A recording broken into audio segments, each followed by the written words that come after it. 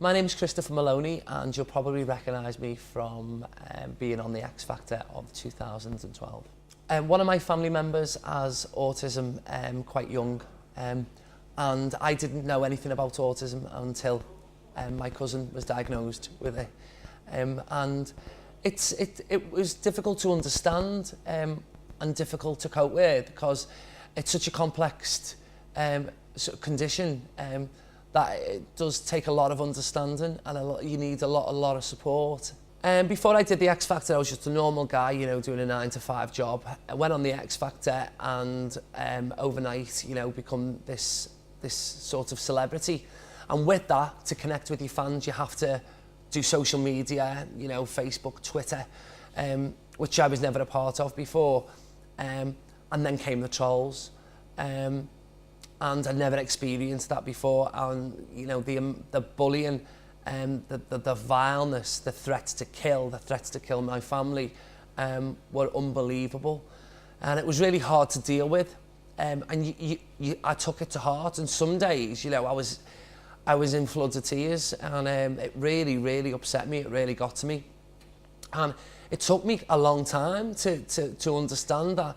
You know, that these are just trolls, you know, that have got nothing better to do than to sit at a computer and bully people.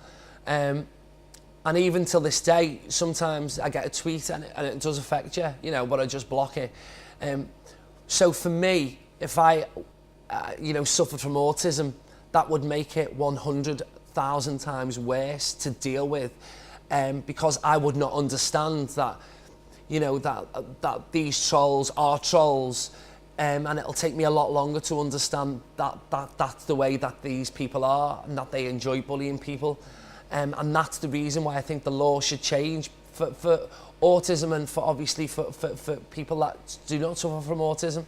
It must stop, because it's getting out of control. When I first started getting the tweets off trolls and the bullying that I received online, I just couldn't read them, you know. I was blocking them, but just blocking these people. Then I'd just sit there, you know. I'd go home and I'd close the blinds, you know, and I'd sit there in my room in the dark and just think, oh, you know, it's, what have I done to deserve this, you know?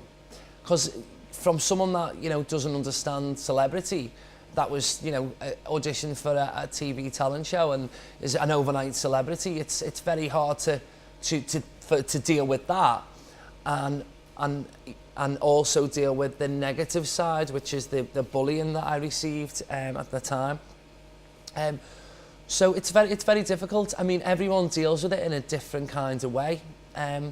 The worst one was a guy that wanted to shoot me in the head while I was on the X Factor tour, and that was a tweet, and him and his friends were actually tweeting together, and they were saying R.I.P. Chris Maloney, and they were planning on shooting me, and it was in Newcastle, and they wanted to take me off the X Factor tour. And the police got called in, and I said, you know, I don't want to be taken off the tour. I mean, he could have been in that arena with a gun for all I knew, but you know, these fans paid money to go in to see me on the tour, and I was going to perform for them. It was publicised, the guys got arrested. I think they're awaiting trial at the moment. I can't say too much about it, but that was actually, you know, it's frightening that these people can do this quite openly and think that they can get away with it. So it's difficult, and what I've done now, you know, any kind of bullying that I've received or any kind of threat, I've reported it to the police. I'd encourage the viewers that are watching this anti-bullying campaign video that, you know, to contact the local MP, you know, to get a petition going, you know, to get it debated in Parliament. You know, the more we shout about it, the more we'll get heard. I'll ask my Twitter followers, you know, my Facebook followers, you know, to promote it on Twitter, you know, just get the word out there that, you know, that this must stop.